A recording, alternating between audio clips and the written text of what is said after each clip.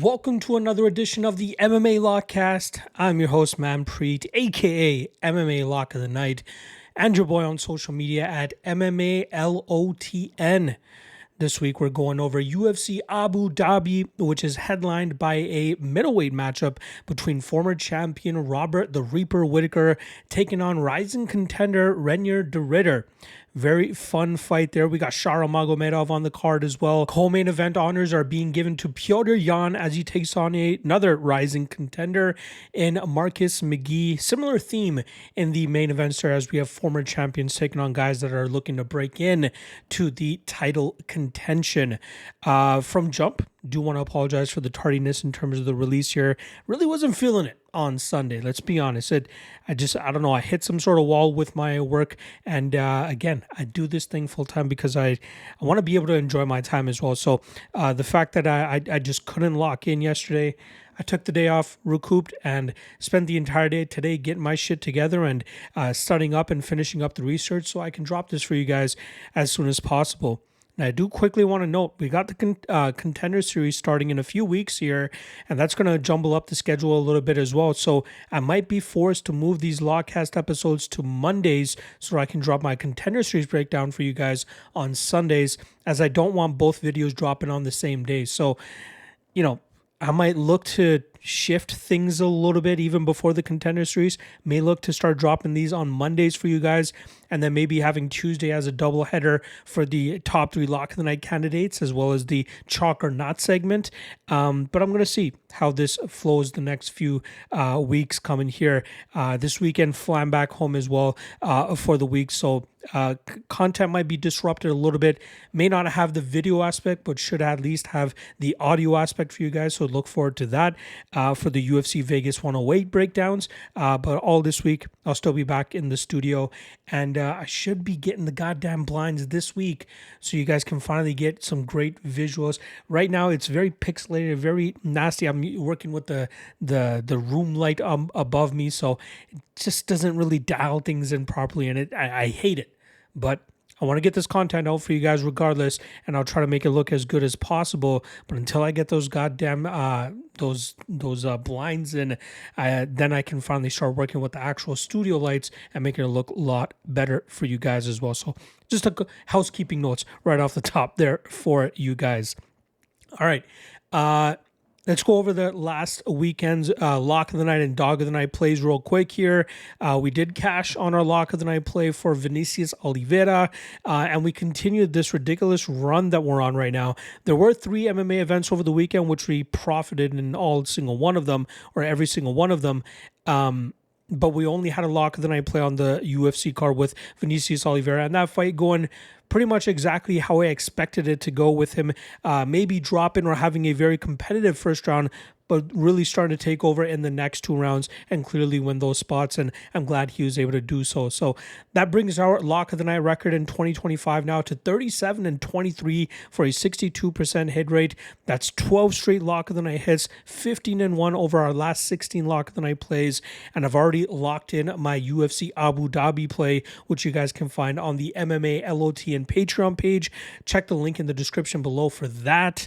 Dog of the Night plays, we did lose on our UFC one, which was Marvin Vettori. Got outstruck by Brendan Allen there. Kind of surprised at Allen's success in the striking realm there, so hats off to him. But we did hit our 2 Dog of the Night plays for the PFL and KSW. Can't remember them off the top of my head. I think it was Adam Soldayev on KSW, and I can't recall Corey Anderson for PFL. So that goes 2-1 over the weekend, which now brings our Dog of the Night record to 34-39 on the year for a 46% hit rate. We've been absolutely smashing it as well. I think we're on a 11 or 12 event winning streak right now. Absolutely smashing this thing. Really digging ourselves out of that hole from the beginning of the year. Very happy about that. Now let's continue to go strong into the end of the year. Let's see if we can do it with this weekend as well. There is LFA going down Saturday night. Reminder, this UFC Abu Dhabi card starts on noon Eastern on Saturday, so it should be wrapped up before the LFA card kicks off. I'll have breakdowns for those in video form, obviously, in the form of the Legacy Warriors podcast, and then I'll obviously have the written work for that and track plays for that on the MMA LOTN Patreon page. All right. Without further ado, let's get right into this 12-fight UFC Abu Dhabi card, and we kick it off in the heavyweight division where we have Martin Buday coming in at plus 250, welcoming BJJ ace Marcus Buchecha, who comes in at minus 300. Now, Buday finds himself on a 2-fight winning streak after suffering his first UFC loss at the hands of Shamil Gadzhiev back at the ending of 2023. He was able to pull out a split decision over Andrei Arlovsky and then went out there and won the first 2 rounds against UFC newcomer and short notice debutant Uran Satibaldiev. That was a fight where Buday showed off his classic grinding approach, utilizing that smothering clinch up against the cage, driving his forehead into the chin of his opponent and pinning them there, and then landing some dirty boxing shots, all sprinkled out throughout the boxing exchanges he had as well. And that's where Buday is the best, where he can really apply that clinch approach, wearing opponents down, breaking them, and maybe even finishing them later on in matchups. It's not the most entertaining. It is kind of boring at times, but it is impressive to see how he's able to break these guys down and force his game on these guys and end up getting his hand raised more often than not, as we've seen with his 15-2 record. Now, he's going up against Marcus Buchecha, who we've heard about for the last several years. If you've been involved in the mixed martial arts game, you may have first heard about him when he took on Brendan Schaub in a grappling matchup, and Schaub utilized the Schaub shutdown where he didn't get submitted, but I think it ended up going to a decision or a draw or something like that. I don't recall what the result was, but the main thing was that Schaub was able to stay safe enough to not get submitted by a high-level BJJ black belt like Buchecha. But Buchecha did turn his attention to mixed martial arts a few years ago, fighting all 6 of his matchups under the ONE FC banner, where he put together a 5-1 record. His lone defeat came at the hands of Rugrug, who we know as that just absolutely wild man African fighter who just built like a brick shithouse, utilizes a ton of knockout power and his physicality, and he was able to shut down Buchecha's grappling game early and wear him out to win a decision there. Now, Rugrug is going on to become a much better fighter than a lot of people expected him to be, especially with his win over Anatoly Malikin just a few months ago, or maybe a year ago at this point in time. So maybe it's not a big loss on Buchecha's record now that we're seeing what Rugrug is turning into. Buchecha did manage to bounce back with the win over Ali Akbari, quickly getting that submission rear naked choke in the first round, I believe it was, and that's his game. He is a guy that looks to take opponents to the ground as soon as possible and look to submit them either with an armbar, a heel hook. He loves a rear naked choke as well, but he needs to have that early success to be successful, just as we've seen. He is a guy that is so muscle bound and so high level early and high activity early that it clearly starts to wear on him as fights start to go into deeper water. And that's where Buday really starts to find success, especially at the heavyweight division.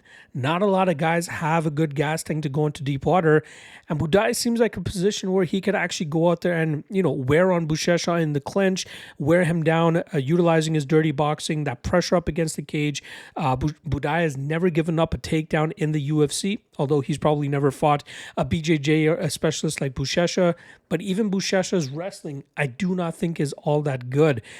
So at plus 250, it's hard to overlook Buday's chances here against a guy in Buchecha who's gotten relatively easy takedowns throughout his MMA career. And when he's unable to establish that BJJ, he starts to slow down and break. And Buday is a guy that's more than capable of breaking him. So I'm going to start this off with an unpopular spot. I'm going to go Buday, and Buday probably in round 3, which might have some good odds, especially considering that he's a plus 250 moneyline underdog as well. So I'm going to go Buday inside the distance, probably a barrage of shots later on in this matchup to get his hand raised by finish. All right, next up in the featherweight division, we got Muhammad Yahya coming in at plus 270, going up against Stephen Nguyen, who comes in at minus 320. Now, I did not give enough credit to Cowie Fernandez in Yahya's last matchup, and I actually picked Yahya to win that fight because I wasn't all that impressed with what I had seen with Fernandez leading into that fight. Fernandez was a guy that could have gotten easily grinded out. Not the best BJJ off his back. Maybe he trusted his BJJ a little bit too much, but it was the calf kicks of Fernandez that torched Yahya early, and that led to him landing those big shots and putting Yahya away in that first round. that showcased that Yahya may not be UFC level, and this fight this weekend against Nguyen might be a further indication of that, especially with him being winless through his 2 UFC matchups so far. I think the more concerning one, not just the Fernandez fight, but the Trevor Peek fight, where he got out MMA'd by a slugger like Trevor Peek. That might be the biggest, red flag there for Yahya, who on the regional scene did a decent enough job with his smothering grappling game, putting opponents into bad positions and winning those spots, but it does not seem like he can get away with it in the UFC. Considering this fight taking place in Abu Dhabi, I'm sure that's why he's on the card to begin with, but this may be his last shot, and he's got to do it against a guy in Stephen Nguyen who has not been all that active as of late. This will only be his second fight with the promotion after earning his contract back in September 2023 on the Contender Series, where he finished AJ Cunningham, I believe, in the first round. He came up short against Jarno Aarons in his UFC debut last March 2024. So it's been, close to a year and a half since we've seen Nguyen in action. But that was a fight where he got swept on the scorecards and was unable to keep up with the striking of Aarons, which on paper you thought would actually favor Nguyen, but Nguyen had no answer for the constant pressure, forward movement of Jarno Aarons, and that led to Nguyen losing that fight on the scorecards. Normally, Nguyen is a guy that utilizes his long reach and height to stick opponents at distance, utilizing combinations and kicks up the middle, and he showcased some good enough takedown defense to keep fights in a realm where he feels most comfortable. But I feel like we've been getting sold a bill of goods that we're not really getting in terms of Nguyen being as good of a fighter that a lot of people expect him to be. This is a fight he should win. This is a fight where his takedown defense should hold up, and I expect him to pick Yahya apart, but there's no way I'm taking chalk on him, especially with how he's been letting people down over his last couple of fights. So I'm going to go Nguyen, and by last couple of fights, I mean the Jarno Aarons fight, let's be honest. But the inactivity, the lackluster performance there, wouldn't surprise me if Yahya is able to make this more competitive than the odds suggest. But Nguyen should win this matchup. I think he wins it by decision, but no way I want to touch that type of chalk. All right. Next up in the light heavyweight division, we got Ibo Aslan coming in at minus 250, going up against Billy Elekana, who comes in at plus 210. Now, last time around, Aslan suffered the first loss of his UFC career where he got submitted by Iwan Cutelaba halfway through that first round. Now, his takedown defense originally held up, but after getting hit with a big shot by Cutelaba changed levels at an opportune moment and was able to get that takedown, got the back of Aslan, but eventually got him to turn into an arm triangle choke, and that's where Aslan was forced to tap out. Aslan is a energetic, fast-paced, fast-twitch, very powerful striker early. A guy that often falls over himself with some of the big shots that he's throwing, showcasing that some of the technical work in his game maybe doesn't hold up in live action, but is a guy that can often get exposed in the grappling realm, just as we saw with Iwan Cutelaba last time around, and just as I think we might see this weekend. But Aslan, 29 years old, still slowly working on his game. Seems like a guy to me that's just so reliant on that early finish that if he's dealing with somebody that can actually have success on the mat, he may not come out with his hand raised. Now he's going up against Billy Elekana, who came in on short notice for his UFC debut back in January, where he ended up getting submitted in the second round by Bogdan Guskov. Now, that was a matchup where we saw Elekana actually have a good success through the first 3.5 to 4 minutes, getting the back of Guskov and controlling him, threatening with a few rear naked chokes, but ultimately seemed like he gassed himself out a little bit there, which you can't blame him for considering the short notice nature of that fight for him.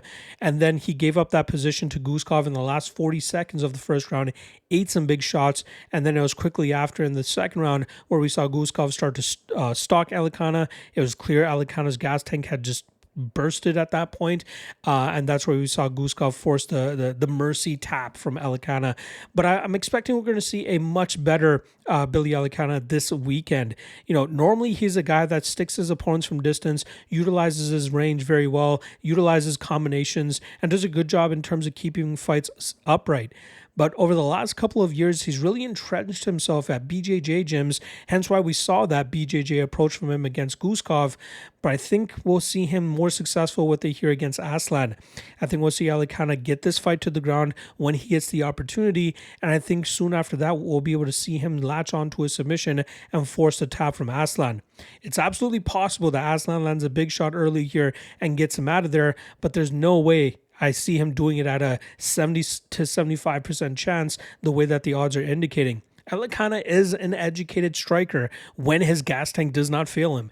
And it's not often that his gas tank fails him. He usually showcases solid cardio for 15 minutes, just as we've seen in past fights. And I think this will be a fight where, the perception on Elekana is low, just as we see with the odds. But I think it's just a matter of time before people see that he's a better fighter than when he was against Guskov. I like the under 1.5 here. I think we'll see some quick violence thanks to the aggressiveness of Aslan. But I think eventually it'll be Elekana that gets the takedown and he sinks in a submission and he forces the tap from Aslan. So give me Elekana here at plus 210 by submission. All right, next up, we got Amanda Ribas coming in at minus 170 in the strawweight fixture against Tabitha Ricci, who comes in at plus 150. Now, Ribas has fallen on some hard times. She is now 0-2 and actually started this year off in a main event slot against Mackenzie Dern in a rematch of a fight that took place back in 2019. Back in their first matchup, Ribas was able to stuff all the takedowns coming her way from Dern and pick her apart on the feet, leading to a decision victory. But it seemed like Ribas struggled even more to keep this fight away from the grappling realm in their second matchup, and eventually it was an armbar in the third round that forced the tap from Ribas, leading to her second straight defeat. Prior to that was another main event loss at the hands of Rose Namajunas, who did a great job in terms of utilizing a lot of wrestling and top control to nullify Ribas and keep her on the defensive. Ribas' striking game is a little bit more flash than substance. She moves well, she throws a decent amount of output, but I don't think there's a whole lot of pop or power behind her shots, and it looks more, it's for show more than anything. Her ground game is often where she's found success as well with some good top control. She has a BJJ black belt, but she's not all that threatening in terms of looking for submissions and securing them either. She's going up against a tough Tabitha Ricci, who will probably never have as bad of a performance as she had last time around in November, where she came up short against Zhao Nan Yan. Jeez, absolutely butchering that name right now. She got swept on the scorecards, didn't land a single strike in the first round of that matchup, and she ended up getting outstruck 78-15 that night, dealing with the power and physicality of Yan the entire night. She went 1 of 3 on takedowns, and people might be thinking, hey, why couldn't she shoot more takedowns? A lot of that had to do with the movement and power that she was eating in return, meaning that she couldn't change levels at a decent enough clip so that she can get in on those takedowns. And after a few of them failed, I don't blame her for wanting to not eat more damage by, not entering the pocket as closely to get a takedown as she used to. She has good striking, good technical striking, but she just doesn't have the fear or able to instill fear in her opponents with the lack of power and sting she has on her shots. But she can throw decent output against other fighters that are not Zhao Nanyan or other power strikers. And this is a matchup where she can be very competitive with Ribas inside the pocket if that's where she chooses to fight this matchup. But I think a lot of her success could come from landing some takedowns and showcasing that top control that has gotten her some of her wins earlier on in her career. She will be at a 2-inch height disadvantage as well as a 5-inch reach disadvantage. But again, Ribas is not a huge threat in the striking realm, nowhere near a threat that Yan was last time around for Ricci, and I think that could allow Ricci to kind of dictate the pace of this matchup a little bit easier and implement a better game. And I think a lot of that looks like output on the feet and eventual takedowns and control time. So I'm going to go Ricci with the upset here, and I think it comes by decision. All right, next up in the bantamweight division, we got Damon Blackshear coming in at minus 310, going up against Davey Grant, who comes in at plus 260. Now, starting off on the Blackshear side of things, who's on a 3-fight winning streak, now putting together a 5-3-1 in the UFC. He's looking better each time out. We often see him utilize his BJJ black belt, smothering his opponents on the mat and looking for opportunities to submit them, just like he did against Cody Stamen and Cody Gibson. But last time around, he chose to take a striking heavy approach against Alatang Leal. That was a matchup where we know Alatang has a little bit of a wrestling background as well. So Blackshear decided to utilize his reach advantage and pick Alatang apart from distance, utilizing clean, crisp shots down the pipe with his speed, his footwork, his range management, and really painted a picture on Alatang Leal's face that night. And that goes to show the well-roundedness in Blackshear's game, who a lot of people thought that he just needed takedowns to get a lot of his wins. He's fast, good sting on his shots. That's how he got the respect of Alatang Leal. And again, great experience as well, even before coming to the UFC. And I'm sure his time over there at Killcliff FC, as well as, training at Onyx Gym alongside Kamaru Usman, Trevor Whitman and those guys, even who's the Archie Colgan, who's a high-level Bellator PFL fighter as well. Those are going to do big things for Blackshear. And I think he can show off those talents once again here against a guy like Davey Grant, who's 39 years old, close to 40, but still showing out against the younger guys, just as he did against Ramon Tavares in his last matchup. Now, he was scheduled to fight Daniel Santos back in April, but a fight day illness pulled Santos out of that matchup and left Grant without an opponent, hence why he's fighting on this July card against Damon Blackshear. Grant is a guy that loves to exchange in the pocket, utilizing big stinging shots and deceiving power, which has led to him finishing a lot of his fights. The crazy thing is, considering the amount of time he spends inside the pocket and some of the heavy hitters he's gone up against, he's never been knocked out. Now, a lot of his losses have come by submission, and that's where you think Blackshear will likely be looking to take this matchup. And I can definitely see him utilizing his speed and athleticism advantage to lull Grant into thinking this is going to be a bit of a striking battle, then change levels, look to get this fight to the ground, and I think that will eventually lead to Blackshear locking up a submission within 2 rounds. I'm a big fan of Grant. I've cashed a few underdog tickets on him, especially in that last matchup against Ramon Tavares, but Blackshear is a different type of beast who can mix up the martial arts a lot better than a guy like Ramon Tavares, and I think he'll be able to showcase that here, getting that submission win over the British fighter Davey Grant. All right, welterweights going at it now, where we got Muslim Salikhov coming in at plus 375, going up against Carlos Leal, who comes in at minus 500. Now, Salikhov rides a 2-fight winning streak, even though he is in his 40s.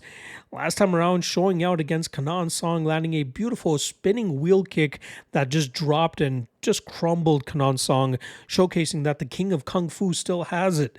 And I think he showcased it even in that Santiago Ponzinibbio fight. A little bit of a controversial decision there, but to still go out there and have good success with his striking is, that is to be applauded. He's a guy that utilizes that striking more than anything, doesn't wrestle that often, and even when he does, he's not all that effective with it. But when he chooses to strike and he can get into his groove, he can have a lot of success there. But in some of the fights we've seen him lose, most recently that Randy Brown one, we see when he's at a bit of a speed disadvantage that things start to go haywire for him, and he could end up getting knocked out just like he did against Brown. Now, he's going up against a tough guy here in Carlos Leal, who earned his first UFC victory last time around by smothering and eventually finishing Alex Morono with his vicious Muay Thai approach. I'm very happy that we see Leal in the UFC, even after his run on the PFL. But he is a guy that's very dangerous, very entertaining. The majority of his wins coming by finish. He loves to just stalk his opponents and throw in nasty combinations, looking to knock them out sooner than later. In his loss against Rinat Fakhretdinov, I think a lot of people would agree that Leal deserved to win that matchup. He was fending off a lot of the takedowns coming his way from Fakhretdinov and then out-damaging him on the feet, but for some reason, the Abu Dhabi judges actually ended up scoring it for Fakhretdinov, hence why he ended up losing that fight. Conspiracy? Maybe, maybe not. But regardless, Leal is a guy that can go out there and really put the pace and pressure on his opponents with his striking, and I think he can do that here against Salikhov. I think this is a matchup where we'll see Leal deliver another knockout victory, but you can't completely write off Salikhov and put all your eggs in the Carlos Leal basket. Salikhov is still capable of landing some big shots, and Leal's never been knocked out, so he has that going for him. But saying how many shots he was actually eating in return from Morono makes you wonder if a better striker was landing on him, would they have been able to crack his chin? I don't think it'll be the 41-year-old Salikhov that does it. So maybe I'm just talking a little bit more than I should about this matchup and giving a little bit more praise to Salikhov in this fight than I should. But I think Leal eventually walks him down, finishes him within a round and a half, and I think it comes by knockout. All right. Bantamweights going at it now, where we got Bryce Mitchell coming in at -115, going up against Saeed Nurmagomedov, who comes in at -105. Yes, this is a bantamweight matchup, and it is going to be Bryce Mitchell's bantamweight debut just over 3 months after he had been finished by Gene Silva in the featherweight division. So you got to wonder, this quick turnaround, going down a weight class, has he had a test run? Can he actually make this weight class without much issue? That's the big question mark. How much is he going to deplete himself to make 135 pounds, not just for the first time, but also having to fly across the world while managing that weight change? That could be a big task that Bryce Mitchell might not be ready for. But he has been alternating wins and losses over his last 6 fights. Last time coming up short against Gene Silva in a fight where couldn't really get off on his grappling game. There were a few takedowns that he landed, but it wasn't long before Gene Silva was quickly back to his feet and just pulverizing Mitchell in the striking room, leading to Mitchell shooting a bad takedown and letting Gene Silva snatch up that choke and force the tap. And Mitchell's been finished in all 3 of his losses now, but those losses coming to guys like Ilya Topuria, Josh Emmett, and most recently Gene Silva. You can't hate on those losses too much, considering how high level most of those guys are. But Mitchell's striking leaves a lot to be desired. It's all about his wrestling and his BJJ that often gets him his wins. Now, he's going to have a tough task here for his first fight at 135 pounds, going up against a guy like Saeed Nurmagomedov, who's looking to bounce back after a loss to Vinicius Oliveira. That was a fight where we've never seen Saeed Nurmagomedov look as human as Oliveira made him look. Nurmagomedov won that first round, I believe, on all 3 scorecards, but it seemed like the pace and pressure and just chaotic nature of Lockdog Oliveira caught up to Nurmagomedov, and we saw him slow down way more than we're used to seeing, leading to Oliveira winning that fight on the scorecards. But Nurmagomedov is a guy that has a very nasty front choke, just as Saeed Yokob Kakramanov and Nguyen Gafrov found out. Even Cody Stamen got caught in one of those chokes. Nurmagomedov, low volume, low output, but really looks for a high reward situations, whether it's with big shots, landing body punches, body kicks, body knees, also seeking out those front chokes. That's where he looks to get the majority of his wins. So, going up against a guy like Bryce Mitchell, who's going to be looking to wear him down, looking to utilize the wrestle-heavy approach, there could be some glimpses of success for Mitchell getting some control time here. But I think it's just a matter of time before he shoots himself into a guillotine of Nurmagomedov, that Nurmagomedov ends up forcing the tap. Again, I think it's a lot of the circumstances working against Mitchell in this matchup, hence why I'm picking Nurmagomedov to win. But even at -105, dealing with a guy that's as low output as Nurmagomedov, I wouldn't want to take a shot on that. He'd have to come at a bigger underdog line for me to want to pull the trigger there. But I think that Mitchell eventually shoots himself into a submission, and we see Nurmagomedov force the tap. All right. Next up in the light heavyweight division, we got Nikita Krylov coming in at -195, going up against Bogdan Guskov, who comes in at +170. By the way, I'm just looking over at the footage right now of me recording, and I hate I can't wait to get the lights proper. I'm sorry. It looks a little laggy. It looks a little pixely. I hate it. I cannot wait to get the lights up. Hopefully for the second event in August, I should have everything set up. That's taking into consideration the 1 week vacation I'm taking as well, where I won't be in the studio. So cross your fingers. This will look a lot better in a few weeks, I promise you guys. All right, getting back to this light heavyweight matchup now. Dominic Reyes managed to knock out Nikita Krylov last time around, and I think a lot of people were overlooking the takedown defense of Reyes, but also his ability to stay in perpetual motion caused Nikita Krylov a ton of issues. He couldn't shoot on a guy that was constantly moving, hence why he just, would close the distance and end up getting bonked by Reyes. Ultimately, it was I believe it was a left cross that dropped Krylov and put him away there. But that snapped a 3-fight winning streak for Krylov, who often utilized a pressure, grappling, smothering approach, keeping his opponents on the ground to either get that TKO or wrap up a submission. And that's worked out pretty well for him. He loves to shoot takedowns. He has the cardio to go 15 if he needs to, but he starts to look a little lost in the striking realm if he's unable to really get off some work there. The other thing I would say about him, his fight IQ at times, a little bit suspect. Most notably that submission loss to Paul Craig, where he pretty much put himself in a triangle choke and got submitted there. Numbnuts move right there. But I'm hoping that's something that he's learned from and he can continue to go with that grappling pace, which is quite reliable in mixed martial arts, especially a guy of his size with his cardio. If he can keep doing that, he will win more often than not. And I think this is a very winnable fight for him against a guy in Bogdan Guskov, who's trying to continue his own 3-fight winning streak here. Last time around, submitting Billy Elekana back in January. Now, Guskov is a guy that utilizes a power punching approach, stalking his opponents and looking to put that big power on them to eventually find the knockout. But he has shown some issues in the defensive grappling realm, which opponents in the past have taken advantage of.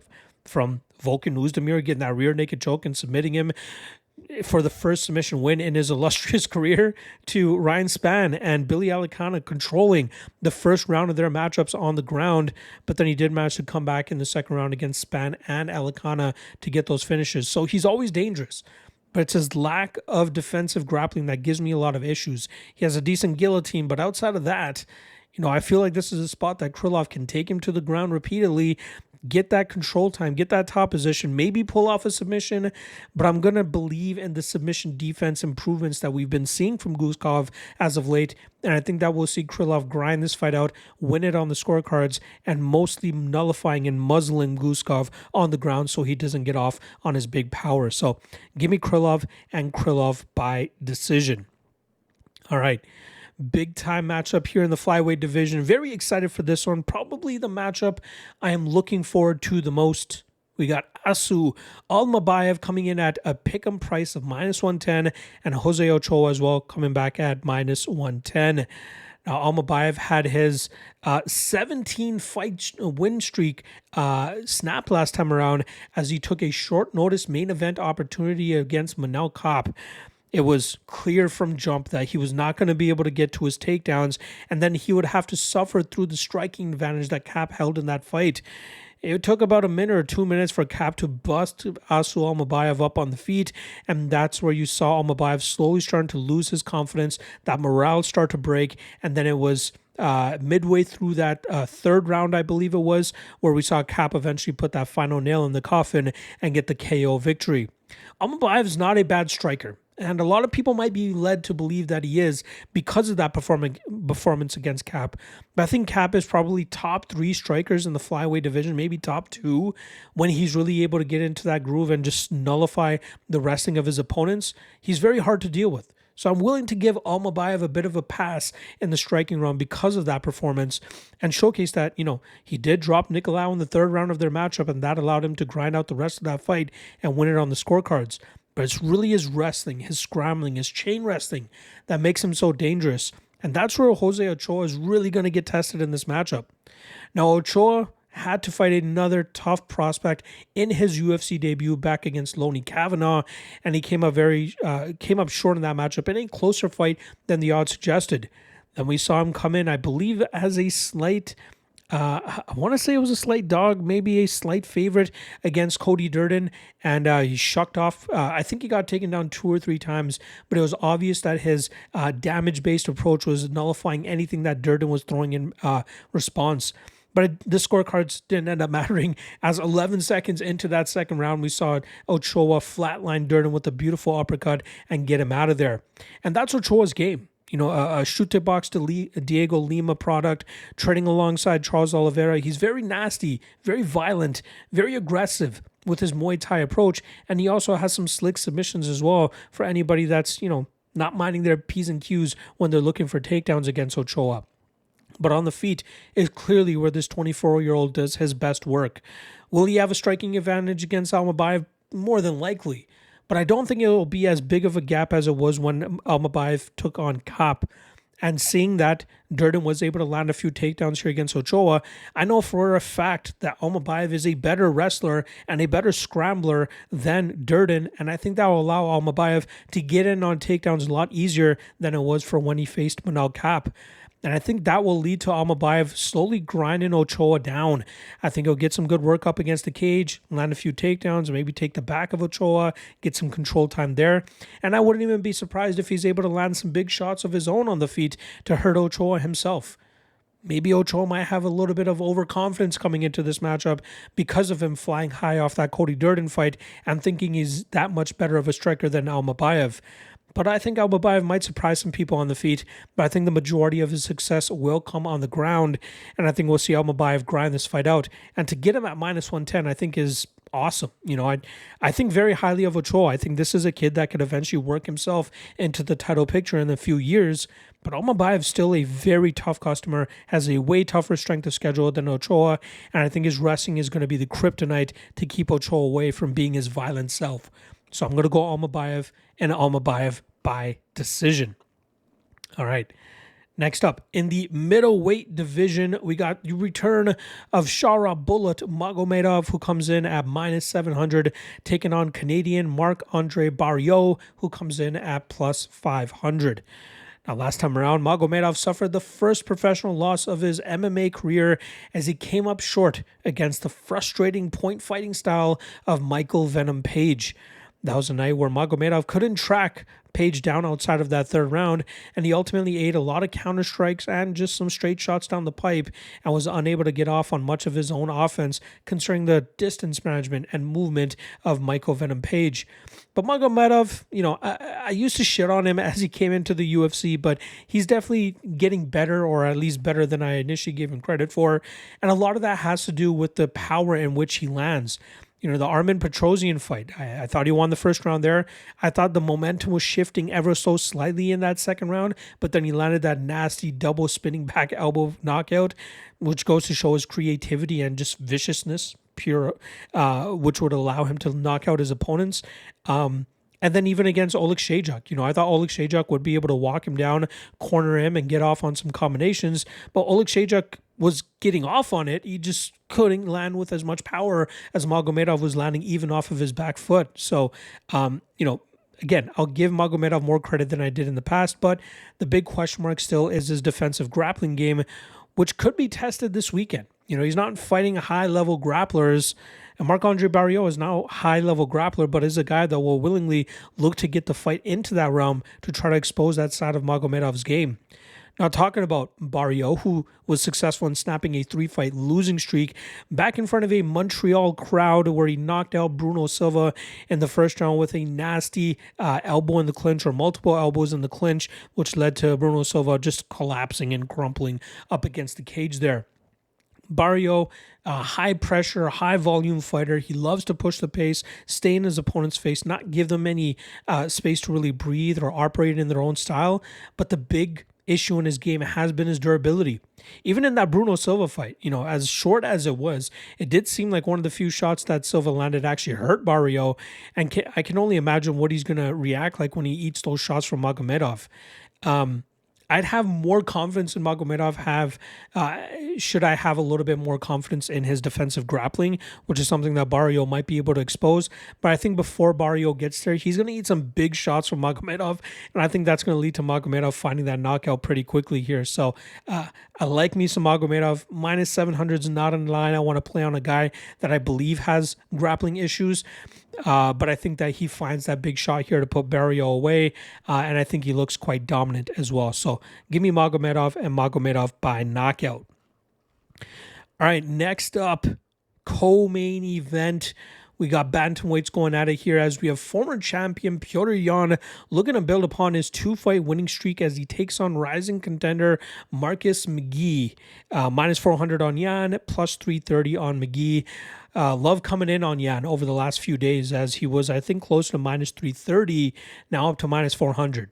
Now, last time around, we saw Yan in his element. I believe he swept Figueiredo on all three judges' scorecards, going 25 minutes, outstriking him, nullifying the grappling, just doing what Petr Yan does. Stalking his opponents, putting together vicious Muay Thai combinations, and looking for that kill shot. But it's his fight against Yadong Song and other guys that, even Sean O'Malley, where when he's forced to fight 3 rounds, he may not look as dominant as odds often make him look.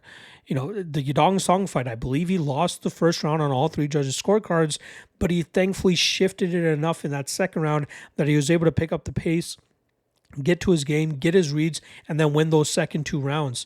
He's better fitted for 5 rounds because he has more time to implement his game and get his reads from that first round. But in 3-round fights, he really handcuffs himself considering how often he loses that first round. He's just not output heavy enough early because he's trying to find his timing and his range. But when he does, he's probably one of the best bantamweights on the roster. We can definitely say that. That's going to be his issue here against Marcus McGhee. Now, McGhee, last time around, I believe he swept Jonathan Martinez, he won the first 2 rounds very convincingly against Jonathan Martinez before Martinez's leg kicks really start to catch up to McGhee in that 3rd round. And, luckily for McGhee, he had already done enough to win the first 2 rounds that it didn't end up mattering. But he's a guy that went from being a, one-punch knockout threat to being a little bit more methodical with his striking approach, landing solid combinations, managing his gas tank, and just putting together a solid game plan of, not just looking to finish guys, but rather trying to be in control for as much as he can, landing with power, landing to different targets, not just targeting the head. And I think the guys over there at the MMA lab have definitely got him to be a better fighter than a lot of people expected him to be. And again, this is a matchup similar to the Yadong Song fight where McGhee might be able to get ahead on numbers early as Yan's making his reads.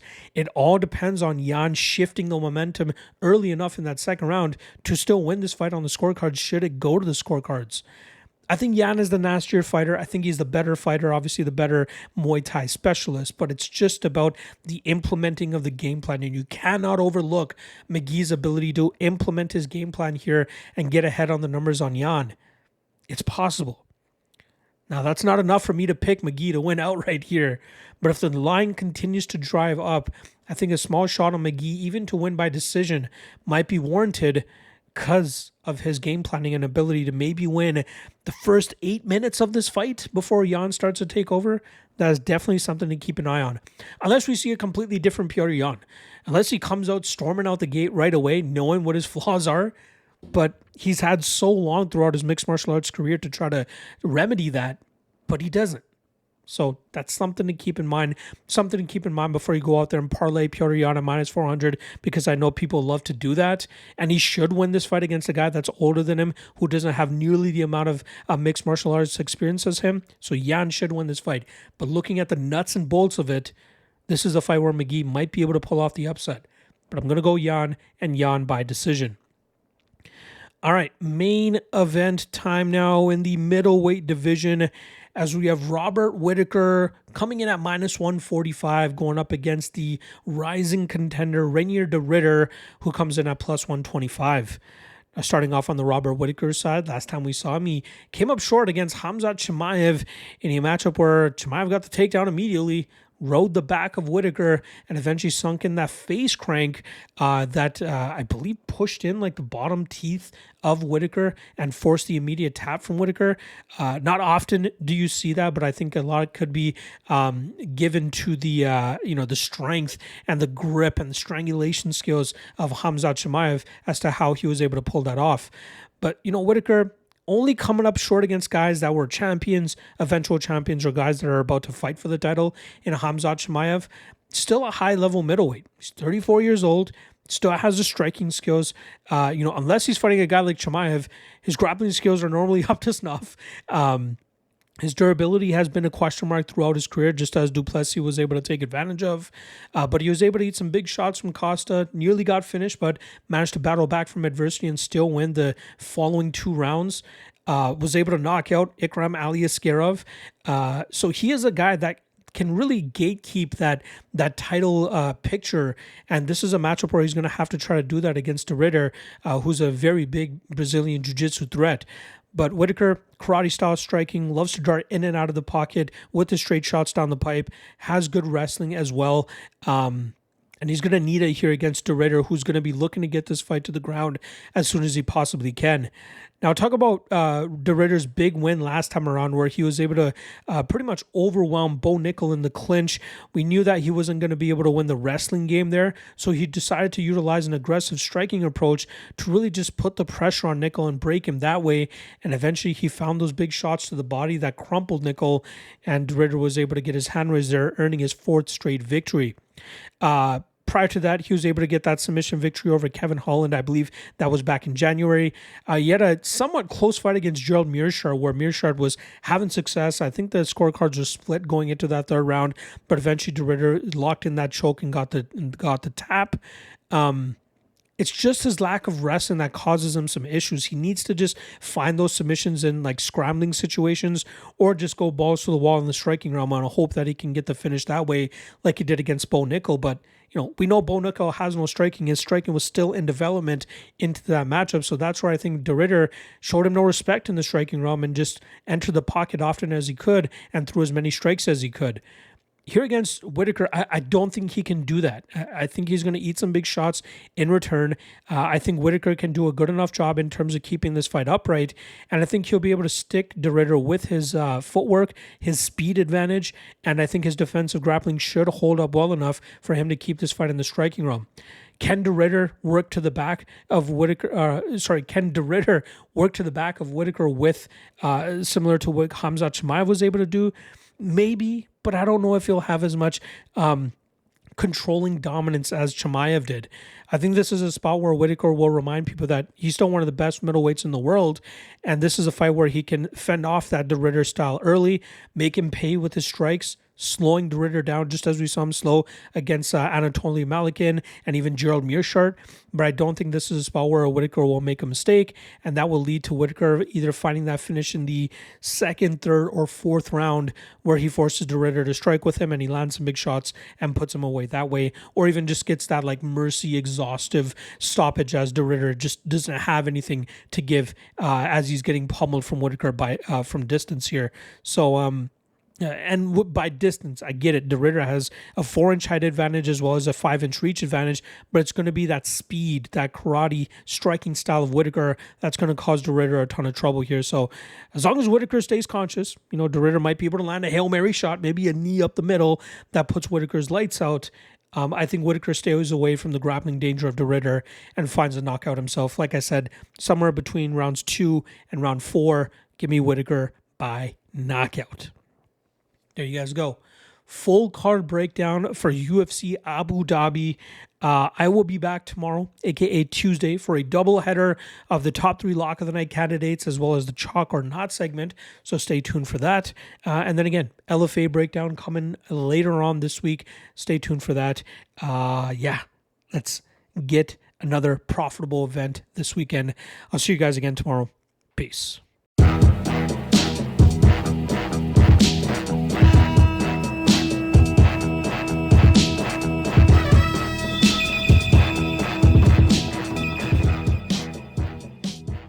Last thing.